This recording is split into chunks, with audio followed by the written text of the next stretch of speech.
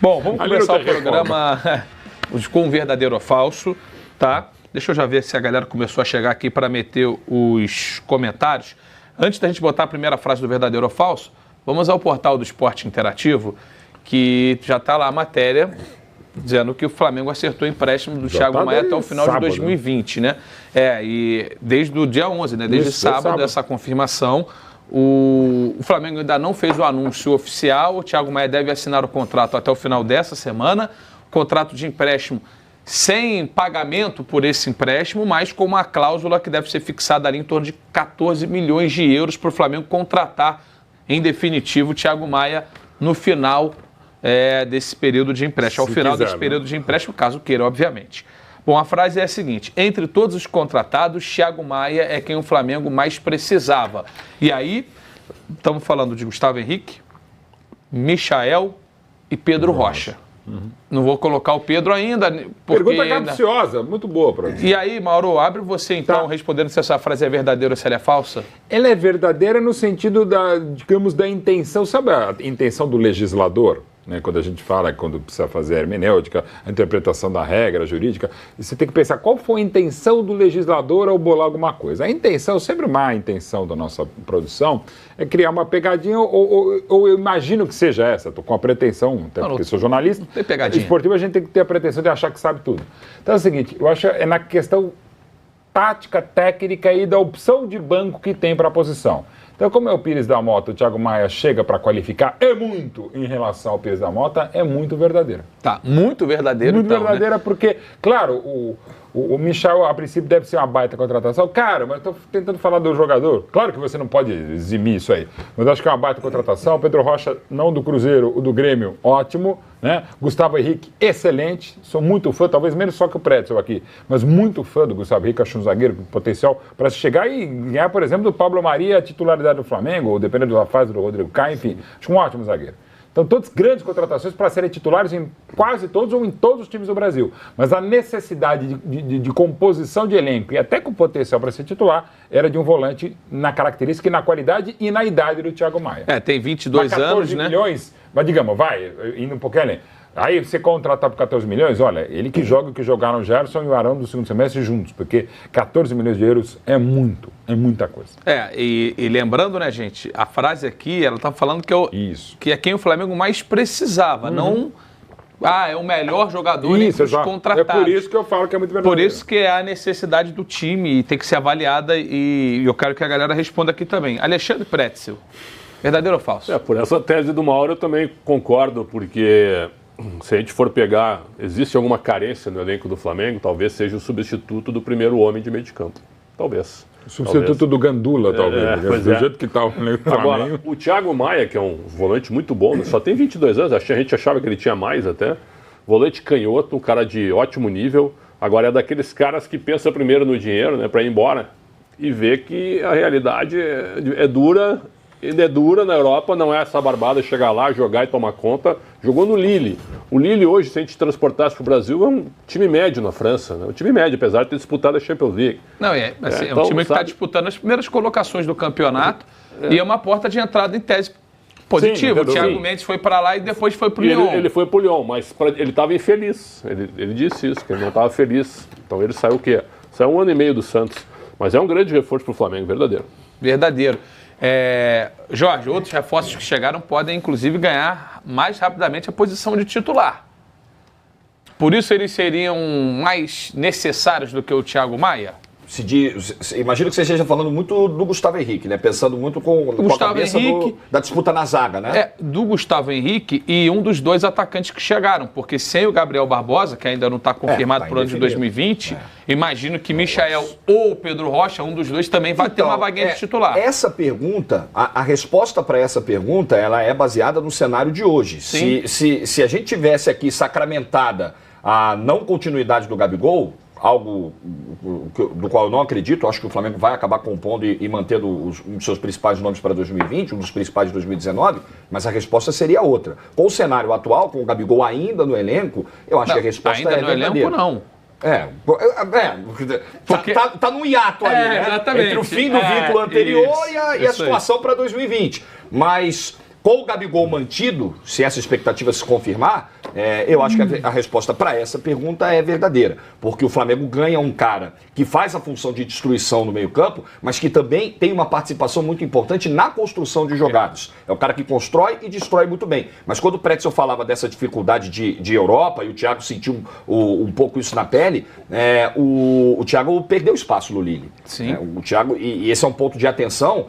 Tudo bem, o Flamengo trouxe o Gerson, que foi um cara que na Europa não rendeu aquilo que se imaginava, e quando chegou no Flamengo, jogou demais. Mas com esse diferencial, o Gerson vinha jogando. O Thiago Maia não é uma presença constante hoje no time do Lille. Um dos últimos jogos, se não o último jogo em que o Thiago Maia foi titular, foi na Liga dos Campeões da Europa contra o Chelsea, Lille-Chelsea. Eu fiz esse jogo aqui. Ele não atuou numa linha de 2 volantes, na linha dos meias recuados. Ele atuou numa linha mais avançada. Como um terceiro homem, que a gente chamava antigamente como terceiro homem de meio campo. Ele é bom jogador. Mas não tocou na bola. Sim, não conseguiu tocar na bola. Tudo bem que assim, a dificuldade do jogo, a necessidade do Chelsea era muito maior do que a do Lille, que tinha a obrigação, o Chelsea ali, de ganhar o jogo para se garantir no mata-mata da Liga dos Campeões. Mas foi a última impressão que eu tive do Thiago Maia jogando. Tem muito jogador que vai para a Europa e o cara fica assim, eu sou o primeiro volante. O jogador se autodefine assim, né? Aí o treinador, não, eu quero que tu jogue de terceiro. Eu não consigo, né? Sabe? Falta tempo. Tem que se adaptar, claro. Tem que se adaptar. Falta também, de vez em quando, um pouquinho de boa vontade, até de tentativa de evoluir. É porque a bola do Thiago Maia, né, em termos de qualidade de jogo, hoje a gente tem essa necessidade de ter jogadores com essa qualidade característica numa função de armação como volante. Saindo de jogo armando desde trás. Ali, coisa que se fosse alguns anos atrás, ele já teria sido puxado para frente. Eu lembro do Hernandes, ele já começa mais atrás, vai para frente, depois volta para trás, depois vai para frente de novo. O Thiago Maia hoje, ele é um volante, o Mauro Betti? Para mim é mais volante e até pela ideia de jogo, concepção de jogo do Jorge Jesus e cada vez mais de jogo no Brasil, esse volante que, assim, é uma expressão, vai e volta. Eu gosto da expressão, duas expressões, uma em inglês que é o Deep Line Playmaker, que na Itália é mais ou menos o regista retrato, que seria um volante, que não tem expressão parecida, embora, por exemplo, talvez o melhor exemplo seria exatamente o Pirlo na Itália e no Brasil o Gerson da Copa de 70, que jogava ao lado do Clodoaldo, até o próprio Clodoaldo. É o cara que mais atrás começa a pensar o jogo. Tá? Então, o Pirlo é o melhor exemplo. Mal comparado, você pode usar o Verratti. Enfim, algum jogador, digamos, o número 5, pensando num tridente ofensivo, os dois volantes, aquele que normalmente a gente chama um primeiro volante, é o primeiro volante que ele não precisa pisar na área adversária, mas ele começa o jogo passador, com muita qualidade, passador. Aqui, pegando exemplos brasileiros, que não são tanto esse primeiro volante, mas podem ser. O Matheus Henrique ainda no Grêmio, e ainda não quero que ele vá ser vendido, mas eu quero ter potencial. O Arthur, por exemplo, é o cara que organiza o jogo desde atrás. E não são muitos os casos no Brasil. O Gerson, pegando o exemplo rubro-negro, pode ser um pouquinho, porque você vê os dois meio que lado a lado. O Arão, até por outra característica, com cara de pisar mais na área, não é tanto. Mas o melhor exemplo desse regista retrato nos últimos anos, para nos dizer da história, é, por exemplo, realmente o Pirlo. Tá, então você está dizendo que pode ser composto no meio de campo do Flamengo com Thiago Maia e Gerson. Com certeza. Aí alguém vai falar, é muito canhoto. Gente, primeiro, são só 10% normalmente da humanidade que são canhotos. Um ótimo que se viu na vida, o de 70, tinha Gerson, tinha Tostão, tinha Rivelino e Pelé, que era ambidestro. Então, assim, qual o problema de ter muito... Eu, por mim, teria 10 canhotos e um destro para bater pênalti. Porque eu tenho uma tese que canhoto não bate bem pênalti, eu bato sempre do mesmo lado, que aliás já foi desmedida pelos números, mas eu vou ficar insistindo. Então, mas como diria Nelson Rodrigues, dane-se os números. Ele não falava aí ficaria no time do Flamengo Mari, Felipe Luiz... Né? Supondo que o Arão perdesse a vaga para o Thiago Maia, mas assim, numa eventual escalação dos dois. Então, Gerson, Mari e Felipe Luiz na zaga, Gerson e Thiago Maia, o Everton Ribeiro e se tiver o Gabigol, o Gabigol também. Que também bate muito bem. Aí Arrascaeta, Bruno Henrique e tal. Seriam 6 canhotos. Eu amo canhoto. Aí eu tô com o Rivelino, eu tô com o próprio Gerson. Cara, quanto mais canhoto, melhor de Djalma. Enfim... Então, o Palmeirense está perguntando, na teoria, quem sairia para a entrada do Thiago Maia. Jota, o Gerson, quando chegou, ele criou um impacto impressionante no time do Flamengo. Depois daquele jogo com o Grêmio, 5-0, eu vou pegar assim, uma reta final da temporada, ele não conseguiu jogar tão bem. Claro, deve ter o desgaste, aquela coisa do cara chegar, dar tudo, depois perder um pouquinho do ritmo. Mas seria ele hoje, o cara, começando a temporada, amanhã o Thiago Maia tá muito bem, tem que sair um dos dois. Arão ou Gerson? Acho que o Arão, né? Penso mais ou menos como o Mauro, porque você ganharia, você manteria ainda uma qualidade de desarme importante, né? Alta, e com o adicional da construção de jogada, da saída para o jogo. Acho que o Flamengo teria ainda mais fortalecido o seu setor, e o Arão foi um cara muito criticado, foi um cara às vezes que pagou contas que não eram dele, exatamente, mas que fez um bom ano. Inegavelmente o Arão fez um bom ano, o nível do futebol do Arão cresceu, como o nível coletivo do Flamengo todo cresceu e foi altíssimo e conquistou o que conquistou em 2020.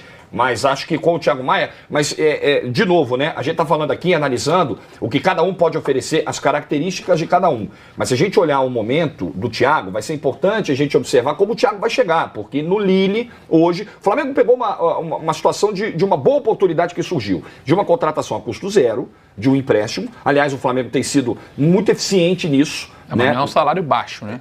Mas enfim, a questão salarial é o segundo ponto. O primeiro você tem que ir lá e tirar o cara de algum lugar, e você tem que pagar por isso. O Flamengo não está pagando por isso para trazer o Thiago Maia, não está pagando por isso para trazer o Pedro, pegou o Gustavo Henrique a custo zero, porque era fim de contrato. Então o Flamengo viu ótimas oportunidades de mercado e que valem a aposta. Mas o Thiago Maia hoje não é titular no Lille, mas pelas condições que o Flamengo está trazendo, vale tentar, vale apostar, tentar enriquecer o elenco e ver se dá certo, até se baseando no exemplo do Gerson e em outros exemplos que foram bem-sucedidos. Assim, a gente tem uma imagem do Thiago Maia, desse jogador que a gente viu surgir no Santos, jogando muita bola, chegando na seleção olímpica, sendo campeão olímpico, despertando o olhar do mercado internacional, sendo contratado pelo Lille num momento que o Lille contratou o Luiz Araújo, o Thiago Mendes, o Thiago Maia. A gente fala, eu não sei se era o Bielsa o técnico, né? Então, assim, tinha o Bielsa como técnico, uma projeção. Não era um time qualquer que estava contratando o Thiago Maia, era um time que tinha uma curva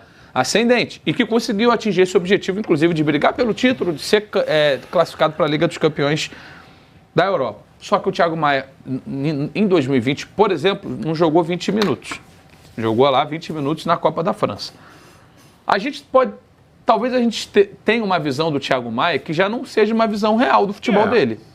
E acho que esse é um risco que o Flamengo vai correr. É justo pensar assim. Porque, cadê? Ele não conseguiu ser o mesmo Thiago Maia lá. Lembrando, ele já está chegando em meio de temporada, né? Ele está chegando em meio de temporada. Então, teoricamente, ele tem uma certa vantagem, mas ele pode sentir no meio do ano, né, como muito jogador europeu sente também. E esse ano, desculpa rapidinho, não vai ter a parada de Copa América. A temporada no Brasil segue. Ela segue. Eu acho que o Thiago Maia, cara, ele, no Brasil, ele joga, da última referência que a gente teve, em qualquer time do país. Agora, concordo contigo. Qual o Thiago Maia que está voltando?